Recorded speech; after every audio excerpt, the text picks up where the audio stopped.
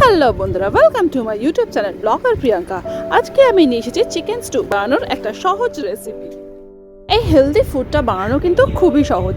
প্রথমে আপনারা কী করবেন, সবজিগুলোকে ভালো করে ধুয়ে নেবেন, তারপরে এগুলোকে মিডিয়াম সাইজে সুন্দর করে কেটে নেবেন। আমি আজকে নিয়েছি beans, carrot, potato, onion, tomato, capsicum আর পাপায়া। আপনারা চাইলে এর সাথে আরও কিছু ভেজিটেবলসও নিতে পারেন। বাচ্চা থেকে বয়স্ক সকলের জন্যই কিন্তু এটা একটি হাই প্রোটিন খাবার। তো তোমাদের যদি আমার চ্যানেলটা ভালো লাগে বন্ধুরা, তো লাইক, শেয়ার, সাবস্ক্রাইব করে দিও। বন্ধুরা, কড়াই গরম হয়ে গেলে তার মধ্যে পরিমাণ মতো সাদা তেল অথবা বাটার দিয়ে দিতে পারো।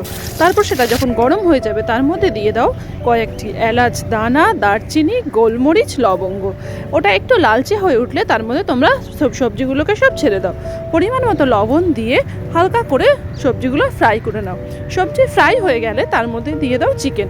আমি 250 গ্রাম মতো চিকেন নিয়েছিলাম, সেটিকে কড়াইতে দিয়ে ভালো করে লাল করে ভেজে নিলাম। সবজিগুলো আমার ভাজা হয়ে গেছে। এর মধ্যে আমি দিয়ে দিলাম 1 লিটার জল। জলের পরিমাণ কিন্তু বন্ধুরা এমন দিতে হবে যাতে সমস্ত জিনিস জলের নিচে ডুবে থাকে।